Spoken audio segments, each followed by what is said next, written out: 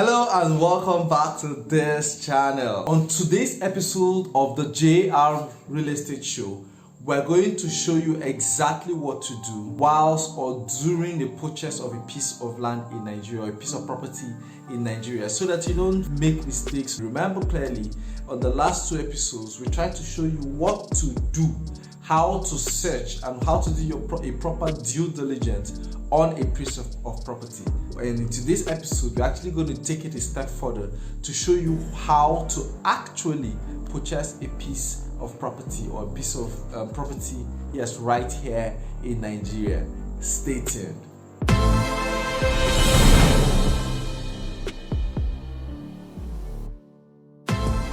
Right, welcome back. I'm Jeff Anaze and I'm your favorite real estate consultant right here in Nigeria. And my colleague Raymond Ijeomah, who is a property lawyer as well as a real estate entrepreneur, is going to be the one handling us on today's show, on today's episode.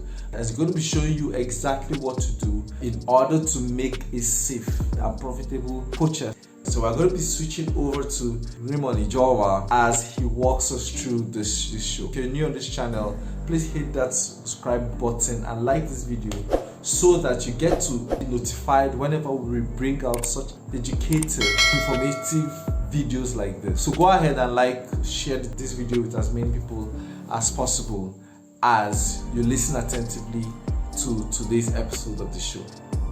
Yeah. Thank you so much, my brother. I really appreciate you. Yeah, it's another day on the JR Real Estate Show, and we are super excited about what we intend sharing with you today. And as a matter of fact, we already started this series, and it's a series that you don't want to miss any episode of it. And flowing from what we discussed in the last two episodes, Jeff did an amazing work with the first episode, and then I added a few stuff in the second episode. And again today, I am about sharing what you would need to do. I really need to walk you through what you have to do after you have done your property investigation as well as title document. Today, I'm going to go straight to the point and hit the nail on the head. After you have investigated the property and you have checked out the title document, you have checked out the property itself, you visited it, and you are satisfied, what then do you do, right? And I need to quickly say at this point that it's really important. It has been the practice in Nigeria. It has largely been the practice in Nigeria.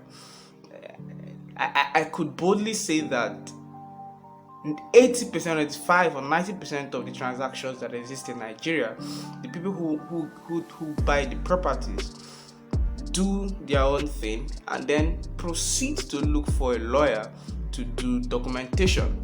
By that I mean the lawyer was never carried alongside in the course of the transaction, the investigation, or the following up on the property. So the lawyer only comes in or becomes relevant only at the point where there is need to carry out documentation. But then again, let me say one or two things, and I'll leave you to decide whether I think it's important to carry a lawyer alongside or not. All right. So we have been clamoring that you do property investigation. Yes, it's possible that you could follow up on the property, check it out. Is it good? Is it not good? Is the location good? You possibly can do all that by yourself. But what about the title document that was prepared by a lawyer? How do you ascertain that a title document is good? A title document that was prepared by a lawyer, how do you ascertain that it is good or it is genuine or everything is right if you do not carry a lawyer alongside? You could be literate, you could be enlightened, educated, but then a lawyer's work is a lawyer's work. I say, for instance, you talk about, in the last episode, I talked about covenants running with the land. What are covenants running with the land? You may not have an idea. You may not be able to see it or pick it out when you see it in the title document. What about if there are issues in the recital? I remember vividly during the pandemic, a man in his 30s walked into my office and he was he had done his investigation, and he came for documentation, and he brought the title documents, about 2 of them or 3 of them or so. And I looked through and I asked him how many persons had bought this property previously, and he said according to the seller he would be number 4 on the list. According to the seller, he would be number 4 on the list, and apparently I checked it out and he agrees that he would be number 4 on the list of those who had bought the property.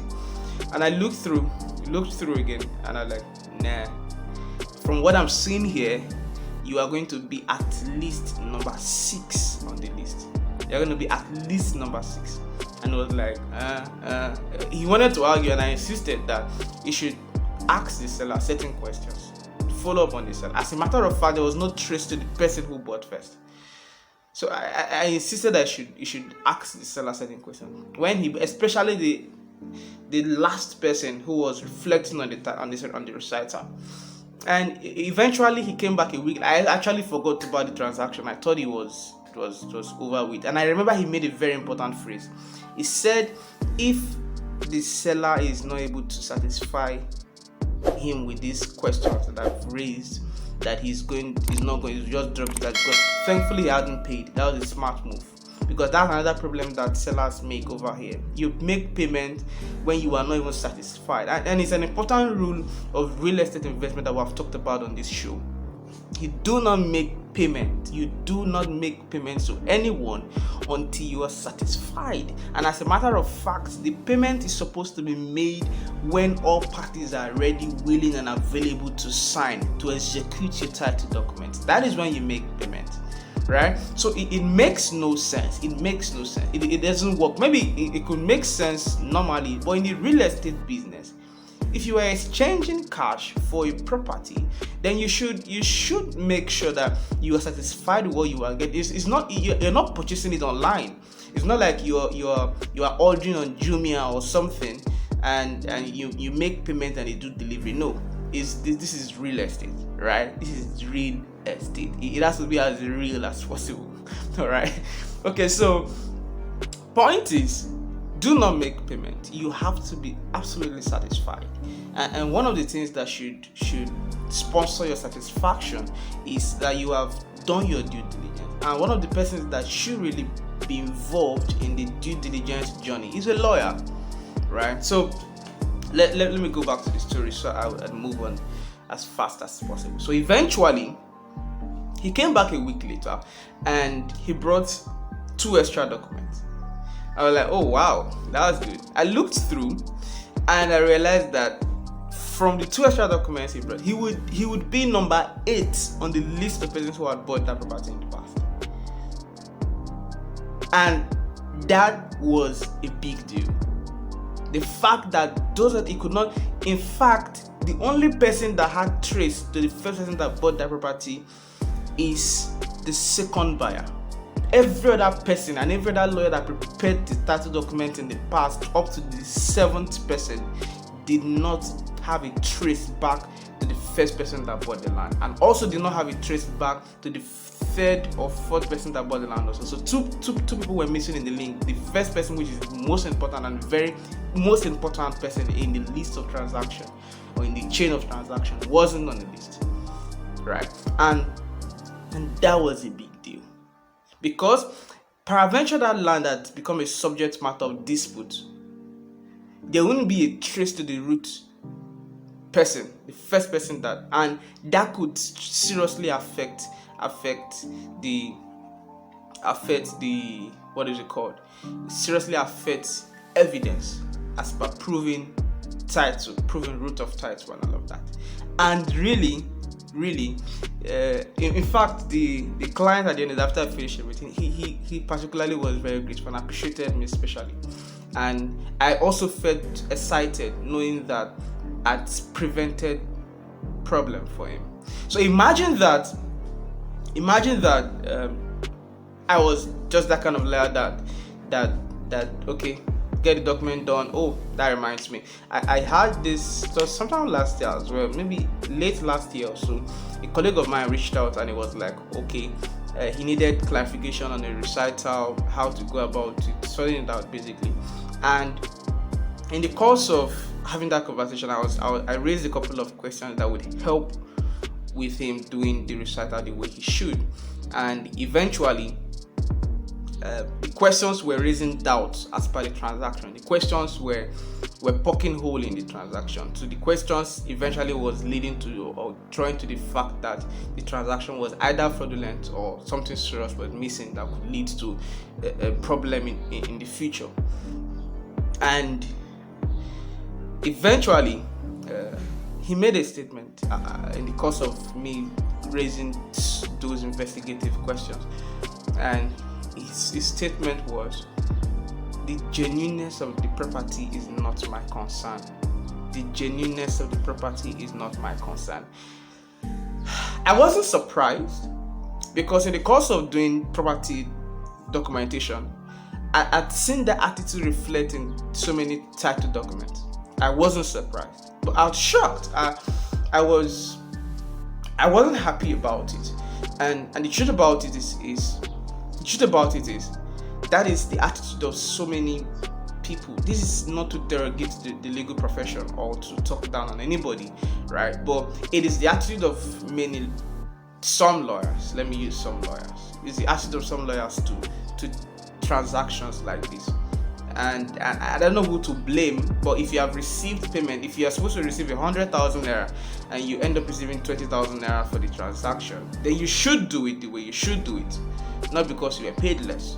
If you're going to demand for more to do the right thing, then demand for more and do the right thing. If the client doesn't have the capacity to pay for more, then it's better you either not take it or take it and do it the way you should, right? So, I mean, that did not make any sense, and I talked him out of it, and eventually he did it right, and I realized that actually something must be done, because the person who was selling the property, who was fronting to sell the property, wasn't the right person that shit, because title was not possessing him.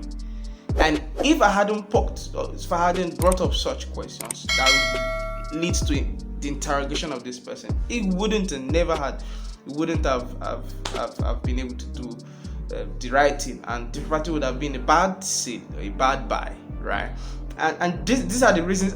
There are a lot of stories are coming to my head, and we're already 12 minutes into time. One more, just to explain the importance of you carrying a lawyer alongside. I did early this year. I did this transaction that. In fact, I didn't do the transaction because the transaction up to today had not put through. What happened was I had a client who made payments for a property and then reached out to me for documentation. And I got the title documents and I looked at it and I was like, okay, who is the person? Because there was a name on the title document. So I asked, who is this person and who did you make payment to? He said he made payments to another person, and the person he made payment to was totally different from the person that was seen on the title document. And I asked if he knew the person, the name of the person on the title document, or he knew the person whose name is on the title document, and he said he didn't know. And I asked to speak to the person he made payment to. And to cut a very long story short, in the course of investigating or asking certain direct questions, he admitted that the person who was on the title document was dead, and that after his death, the property, the family shared the man's property, the old man's property, and this was his share. And I was like, okay, good, no doubt about that. But if you are going to sell competently to my client, then the family would have to prepare something like a deed of allocation, a deed of sharing to you, and then from you to my client. Because you can't receive payment for a land and then title is in another person's name. What gives you the right to sell? Fine, it is customary that families could share their land, but then in the 21st century, And to a large extent, you just have to have documentary proof for anything you are saying. Peradventure anything goes to court, I know by now you should have accepted, or you should have known that I am very particular about 20 years time, 50 years time, 100 years time, right? As far as property documentation or property transactions are concerned, right? So eventually, he like, okay, what do we do?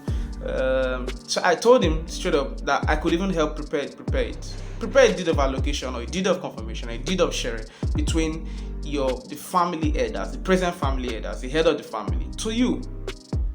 Because there are a lot of cases that have gone to court because of this. Because the truth about customs is, once this person joins issue with another person, then if the person who has documentary proof of that transaction takes a edge, because civil cases, land cases under civil cases are won on the preponderance of evidence.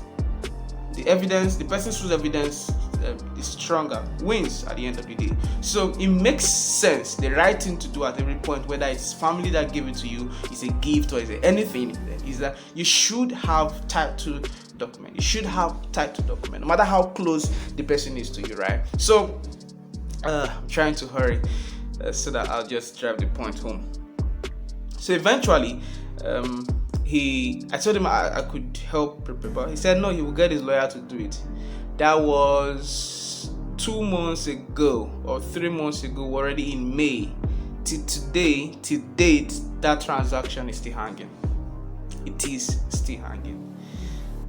Almost story. Okay, no more story.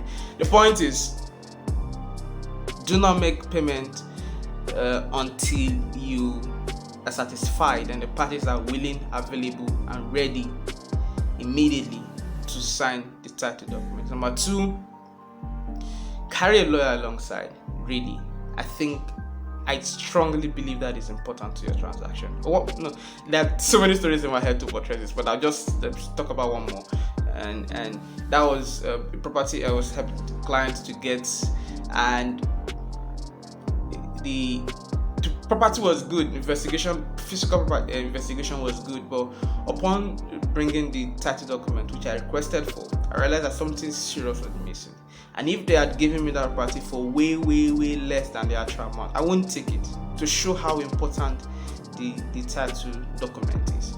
So imagine that my client had made payments after being satisfied with the physical investigation and ignored the title document investigation.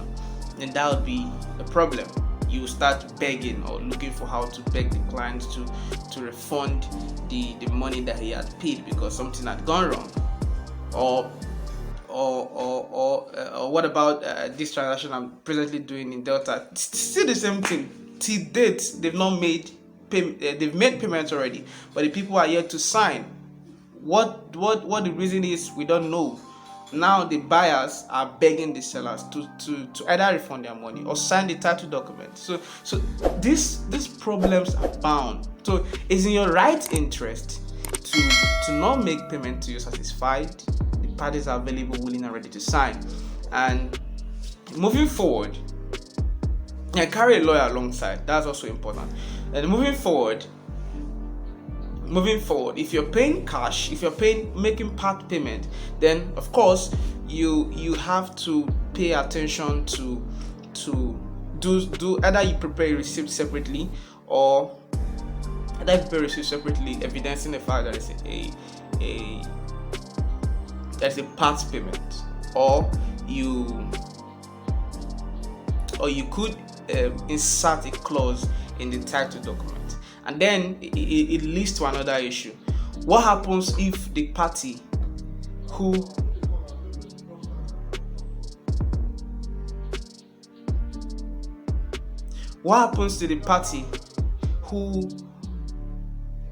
What happens if the parties eventually do not complete their payments? Those are legal issues, and it is a lawyer that would help you to resolve all of that, right? So moving forward, so I do not take so much time here because we intend rounding it off in 30 minutes. Now, I've said you should carry a lawyer alongside. I've also said that you should if the person is making part payments, ensure that there's a separate receipt, or that should be inserted in a clause. And then importantly, if there should be another clause that would help you in case the condition of fulfilling the part payment is not, the condition of part payment is not fulfilled. If it's not fulfilled, then something should be done about it, the writing should be done about it. That's a legal issue. And then do not receive cash payment. Do not make cash payment, rather. Let your payment remain via transfer. And if it's a transfer via your bank app, let the description be for the purpose of purchasing a land from so and so, or the description of the land, or let's just exhaust the number of words that the description part can take for the land. If it's a deposit, let it be in purpose of your, write it down in your teller, right? So that would also help to corroborate your transaction. And if it's possible, keep your teller, attach it to your title document, and just be sure that you the idea is keep as many documentary evidence that you can. That is the idea. Alright, so that's that for that. And then moving forward, I'd like to say that when you are done with the execution, and please pay attention, this also is a reason you should carry a lawyer alongside. For instance, it's a proxy transaction. A proxy transaction is a kind of transaction where it is not the person whose title is evidence, so he bought through somebody. So if the person bought through somebody, then there should be a letter of authority from the person who really owns it to the person who he bought through, right? So that would be done the right way. I mean, the topic of this episode is how to buy property the right way, and this is just a summary. Sincerely, this is just a summary, because we go through, or we get to experience different scenarios. We get different stories, different transactions help us get different lessons to share with you. And if you notice, I'm really trying to be as fast as possible and limiting the stories, because the stories would help you to know the right things to do. So in summary, ensure that you do these things I have said, and then adding to that, try to keep your original documents intact. Usually three copies are printed, depending on the number of the parties. 3 copies are printed. The original goes to the buyer, not the seller. The original title document goes to the buyer. Its photocopy goes to the seller. While another copy is kept, I usually keep a copy for all transactions. While a copy goes to the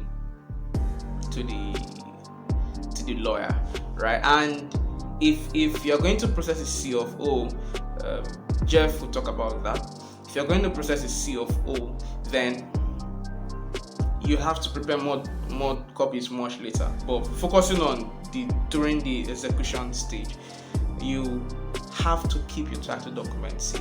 And this is a brief advice for those living in the diaspora. When you are in the diaspora and you are buying a property in Nigeria, then I'm going to say this with so much respect for your family members, so much respect for your relations, so much respect for your friends.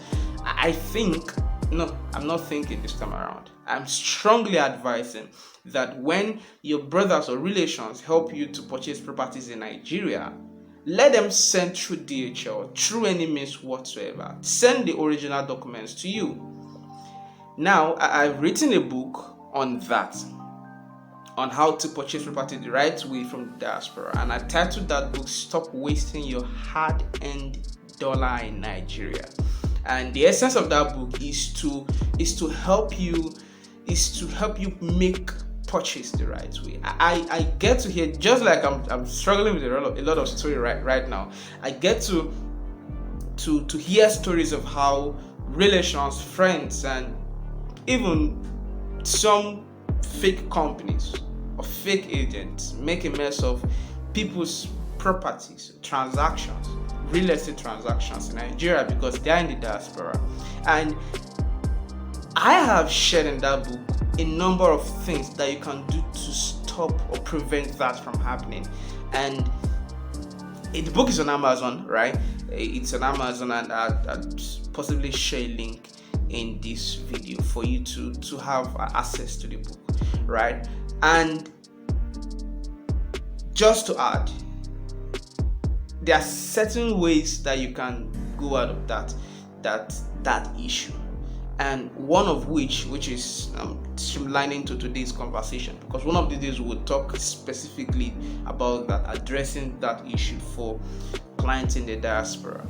And one of it is hold your original title document, and if you can, don't let anyone keep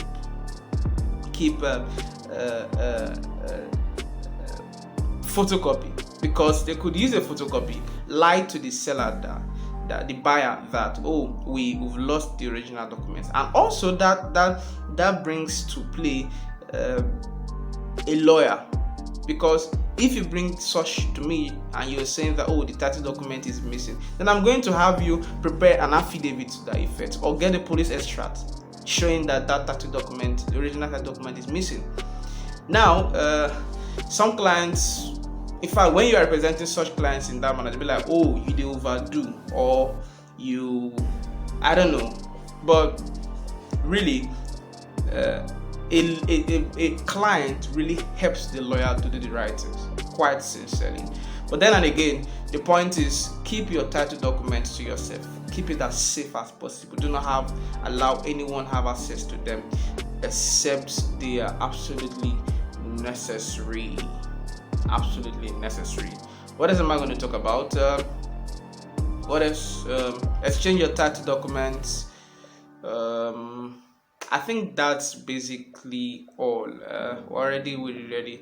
If there's anything, we would continue in subsequent episodes. I think I'll leave Jeff to talk about perfection, and if there's any need, I'll add something to that.